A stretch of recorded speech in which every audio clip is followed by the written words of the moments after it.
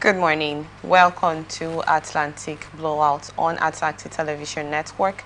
This is a syndicated live program of the network featuring chit-chatting and conversation on special interest topics, news, events, and stories through correspondence reports, expert opinions, and stakeholders analysis. And headlines for today: Anambra State police intensifies operations against sit-at-home order. In Plateau State, truck drivers protest against attacks by IPOB members. In Kebbi State, APC suspends governor's advisor for scaring guests with snake. Women empowerment: FGA marks 500 million naira for footwear manufacturing. In politics, don't turn Nigeria into one-party state. This is from Odeyemi. And finally, in petroleum sector, NNPCL fuel price drops to 860 naira from oil marketers. Remember, we are still open for advert placements, bookings, and commercials. You can connect with us on all our ATN socials on Facebook and YouTube, on Atlantic Television Network, on Instagram and TikTok, on Atlantic TV Network 1, on Twitter, on Atlantic TV Net. You can watch us live on our website at www.atlantic.net.work.tv. We will go on a quick break. When we return, as always, we will continue with the rest of the stories. To stay with us.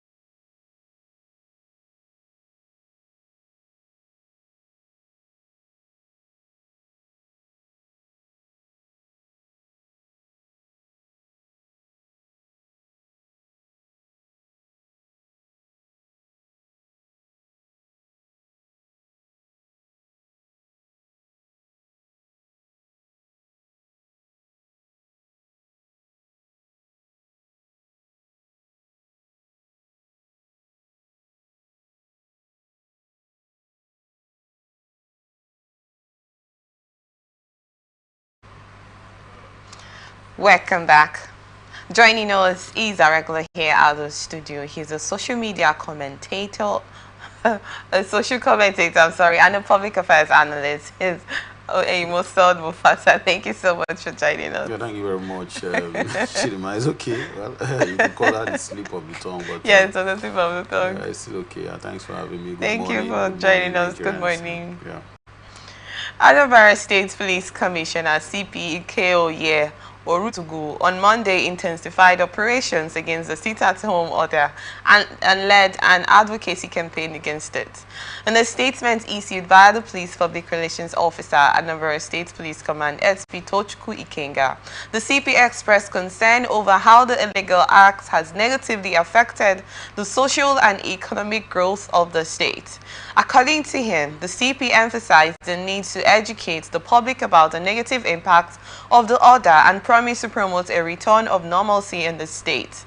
This is part of the strategy under the new leadership of the Anambra State Police Command to address the public's attitude towards ideologies based on crime. This includes attacks on suspecting members of the public, security personnel, kidnapping, abduction of individuals, destruction of government infrastructure, and other criminal activities, the statement said.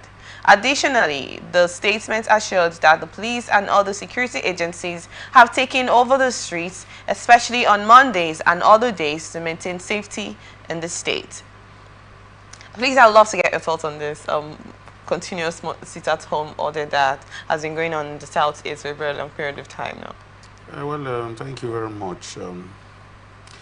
I've said it before that allowing non-state actors to, take over the administration of an entire region every Monday, it's more or less quite unfortunate.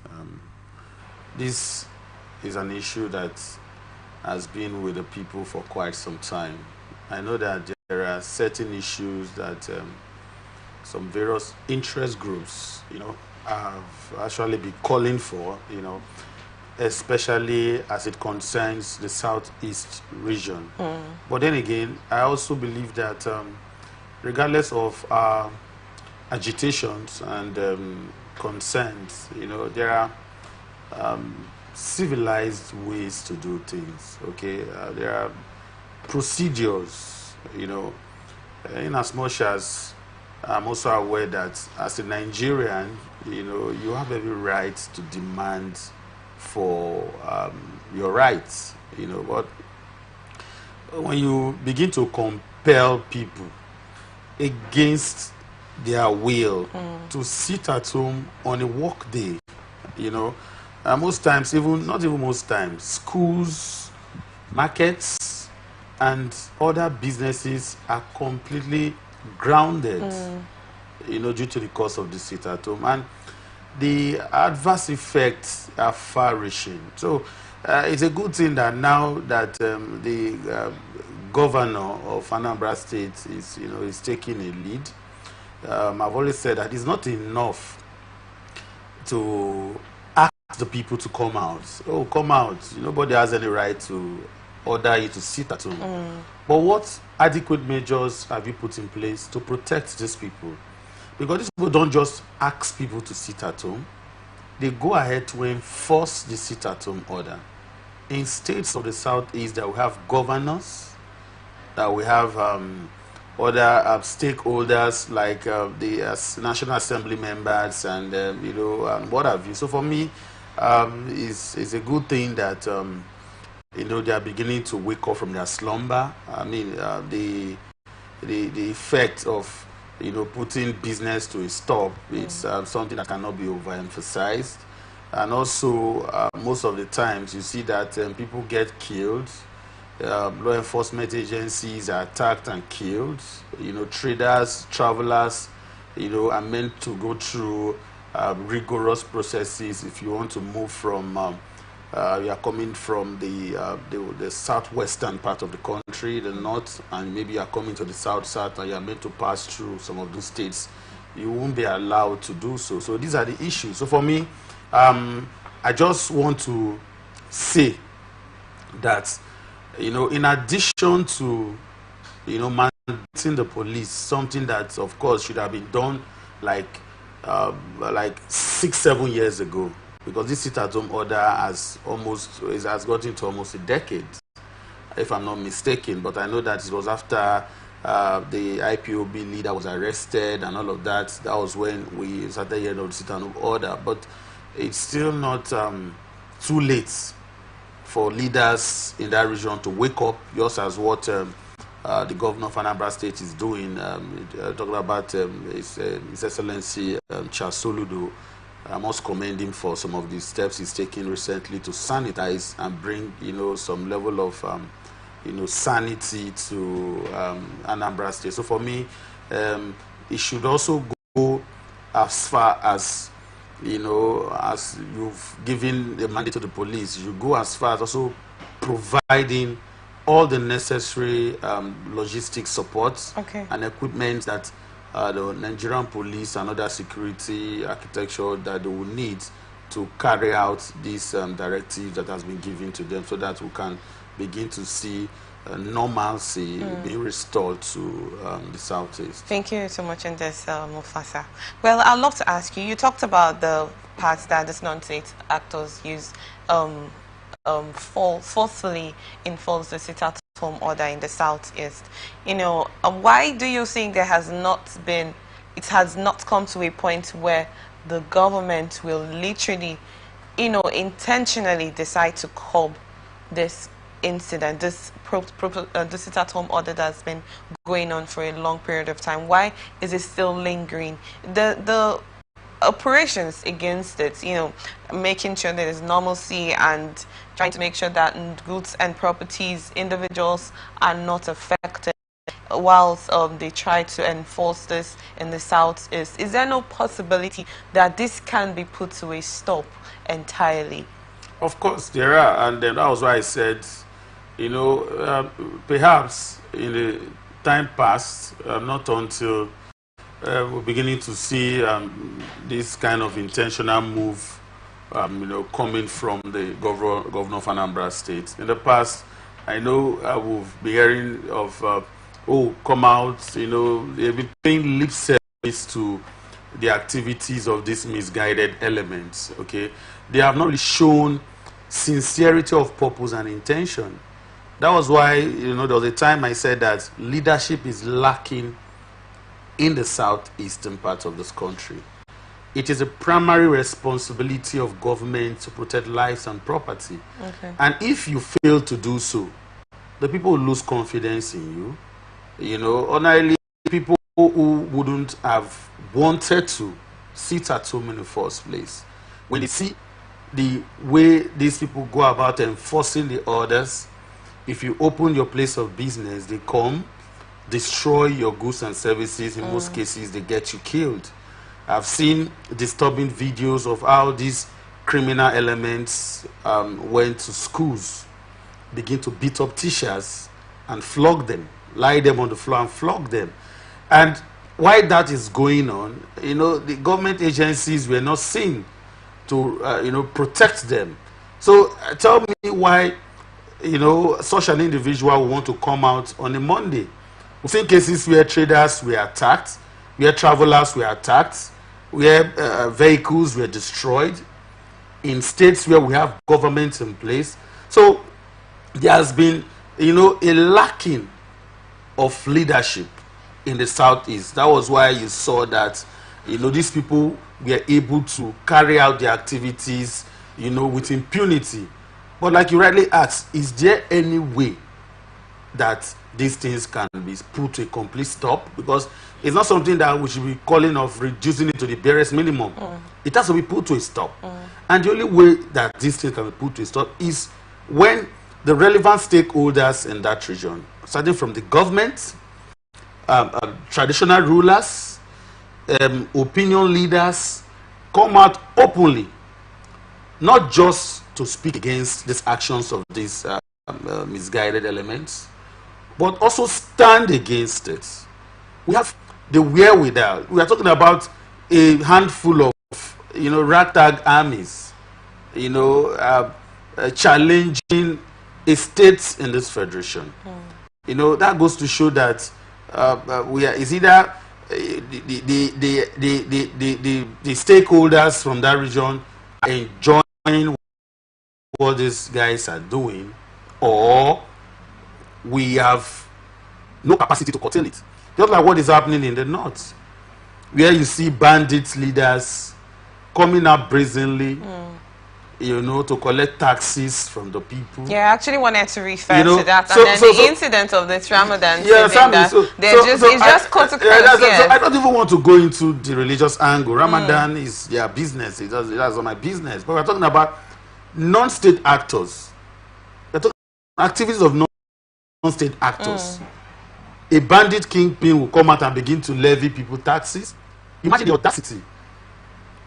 It's disturbing, to say the least. So for me, governments at all levels should ensure that the people are adequately and sufficiently protected against criminal elements like this, so that Yes. we do not have a situation where you have a parallel government. Because if somebody can wake up one morning, or a group of people, and begin to order people to sit at home on a day that you have freedom of movement, Yes. as guaranteed by the Constitution, and if they could do that with impunity and nothing is done to stop or avert it, then the people begin to lose confidence in the ability of government to protect them. Thank you so much in this, Mufasa. Moving forward, truck owners and drivers under the National Union of Road Transport Workers, Plateau State Council, embarked on a protest over the incessant killings of drivers and destructions of trucks in the southeast region of the country. The truck drivers claim that their members have been consistently targeted, killed, and had their trucks destroyed, vandalized, and burnt by gunmen in the region.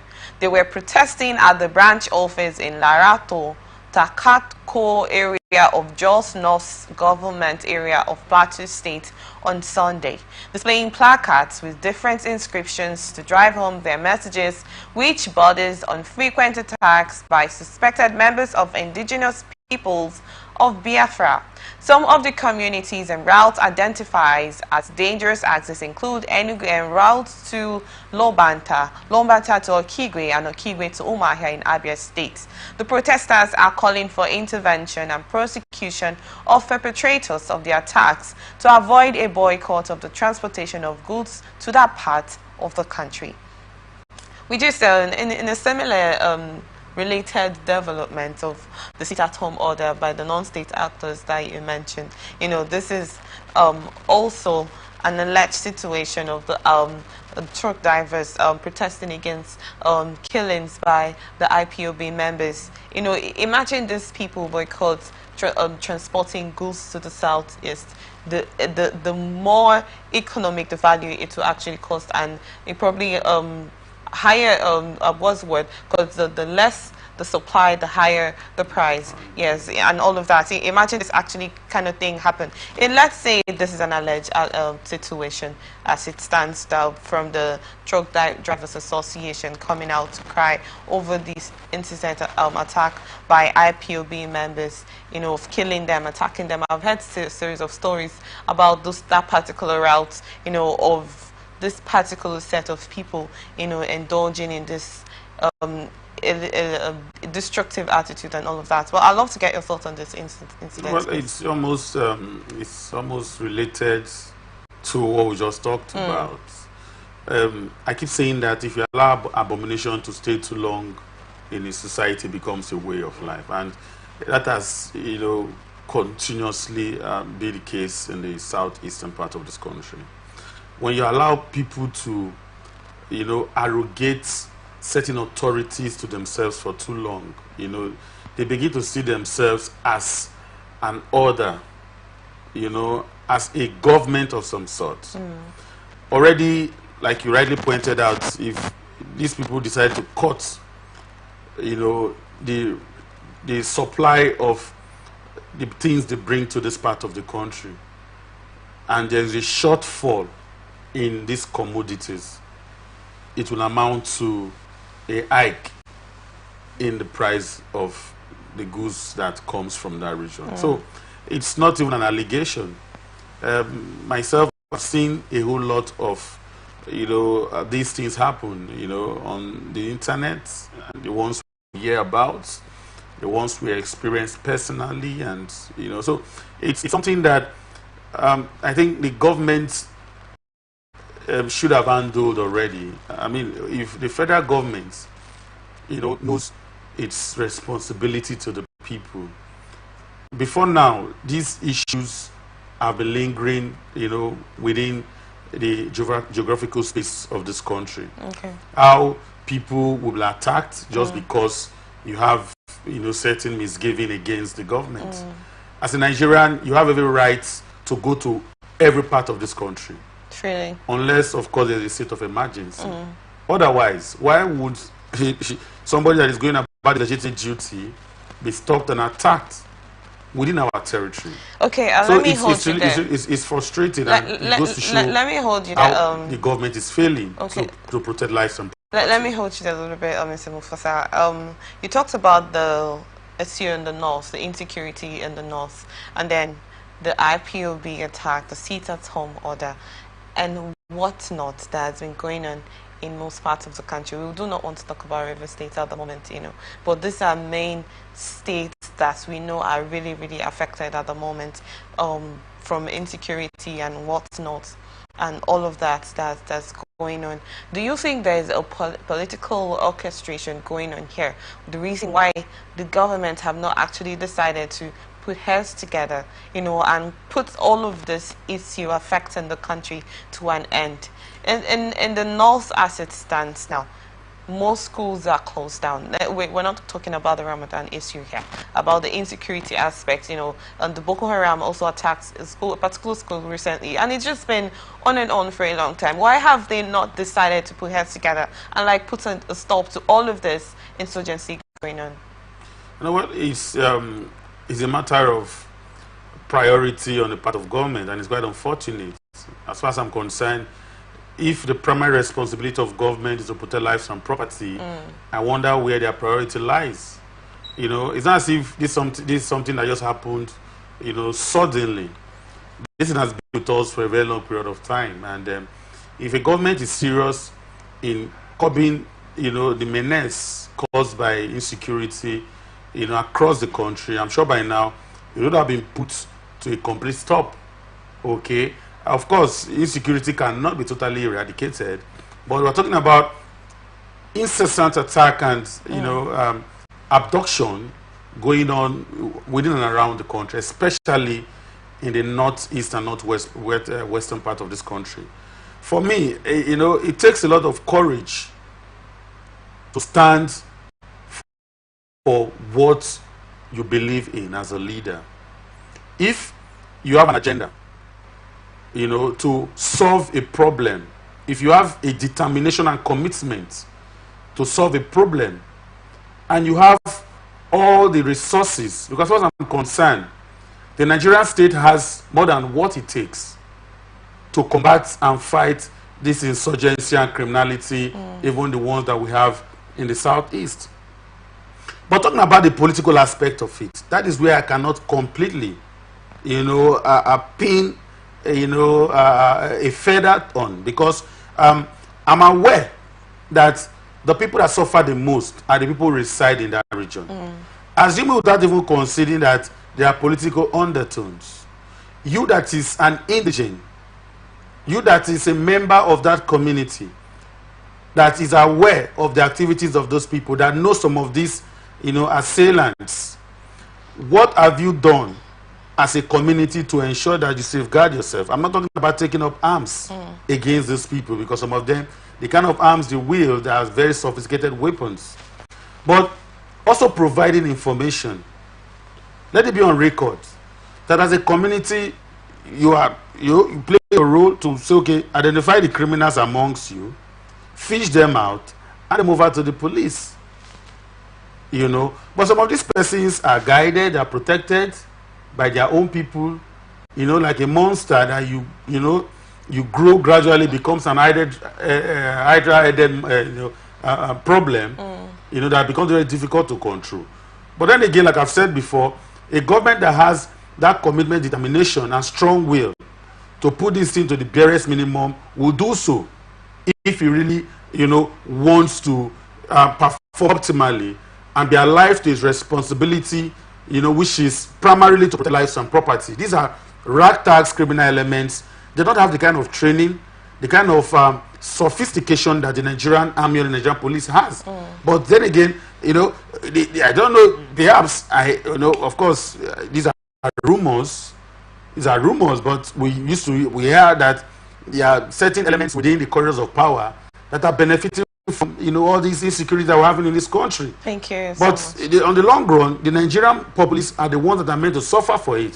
So it is time that they rose to the occasion and ensure that this thing does not drive the people to the extent where we begin to embark on jungle justice. And the consequences of when people begin to resort to self-help, it becomes a state of anarchy and chaos. Thank you so much in this, Mufasa. Well, we'll go on a quick break. When we return, we will continue with the rest of the stories. To stay with us.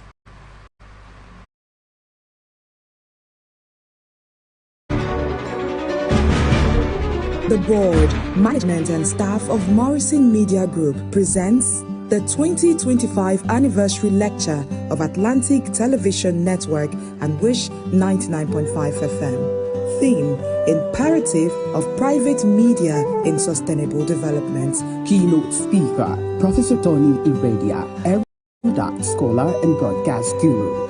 Chairman, Professor Umar Khat, President, Society of Broadcasters, Nigeria, and Vice Chancellor, Federal University of Kashiri, Gombe State. Panelists: Chief Honorable Arthur C. Kalabo, Information and Communication Expert; Dr. Haka Tuait, Lecturer, Public Relations, Media and Communication; Dr. Bekwele Lawrence DK, Lecturer, Marketing Communication and Public Relations. Inde Paul Obofadi on 0802 301 5728. That is 0802 301 5728. Or info@atlanticnetwork.tv or info@wishfm995ph.com. You can also call Laurentia Ogu on 0818 344 6746. That is 0818 344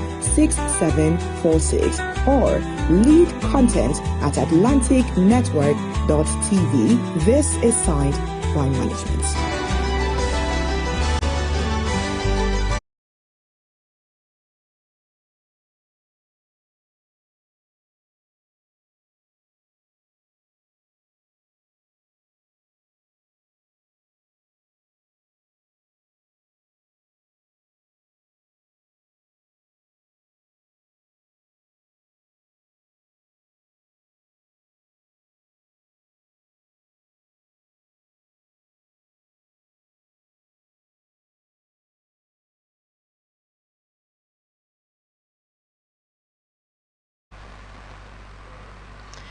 Welcome back. All Progressives Congress (APC) has swiftly suspended Kebbi Sani Giants, a political and governance advisor to Kebbi State Governor Nasir Idris, for allegedly scaring VIP guests at the government house with a snake. The suspension was announced in a statement signed by the party secretary in Kebbi State, Saudi Muhammad Kiba, in Birni, Kebbi on Sunday. The statement reveals that on February 8, Sani Giants brought a snake into the government house, causing panic among high-profile visitors. Muhammad Kimba stated that such behavior could bring embarrassment to the party and tarnish its reputation. He further emphasized that Sani Giants' actions violated the APC constitution and were deemed disgraceful and dishonorable. The party's decision to suspend him will remain in effect while an investigation is conducted. If the offense is repeated, disciplinary measures, including possible expulsion from the party, may be enforced, Mohammed Kimba added. I'd love to get a thought on this quickly. Okay, he's actually an advisor. Imagine, okay, you're advising the state governor on what he should do by probably a special secret entrance of coming in with snakes. As advisor of the state, that this is what she had to do, because make it make sense to me why this actually has to be done in a kind of in a formal gathering where you have guests you know, that actually came to have a private discussion, an inclusive discussion over the status, whatever the situation may be. I really don't know what display he wanted to achieve, what he wanted to achieve by coming into the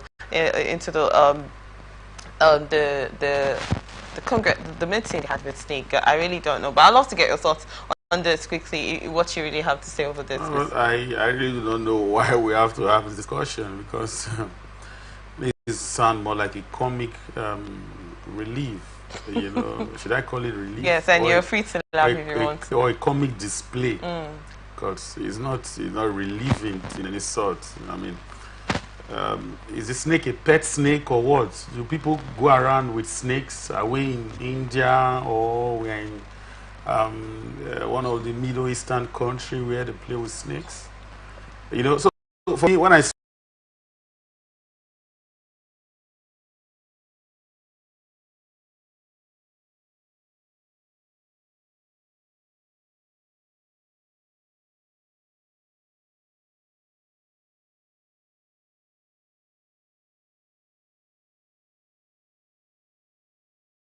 story, not this pet snake, why would you be moving around with snakes? And aside that, is it a magician or what? Yeah, even a magician, if there are certain gatherings that the snakes are not allowed. So what protect that? Was he carrying the snake in his pockets? You know, because these are issues. Or was it hanging the snake around his neck? How did that snake even find its way to the is it a government house or what? If you have a pet snake and you so much love your pet snake, why not just, you know, share the love you have for your snake within the perimeters of your compound or your premises, as the case may be? So for me, I'm not excited whether it's the APC constitution is violating, or is violating the fundamental human rights of another individual, or is violating the sanity of civility. You know, common sense, they say it's not common, but at times when you hear some of the things these so-called politicians display, you begin to wonder, how did they even find their way to the corridors of power? Yes, and then, like I stated, considering the fact that he's an advisor to the state government, or to the governor of Kebbi State. Advisor on what? On domestic issues? That's the thing. The fact that I don't know if we've gotten to that part that it's okay to do whatever you want to do in the public space. Nigeria is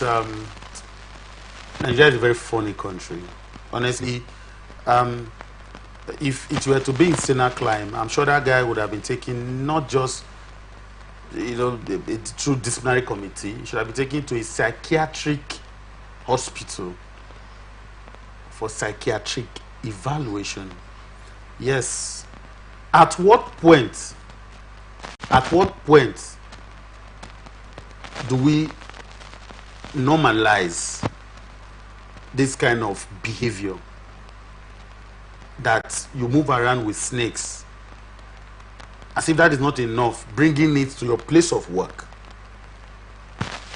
So if I have a Rottweiler, for instance, as a pet dog, and I carry it and bring it to where it is,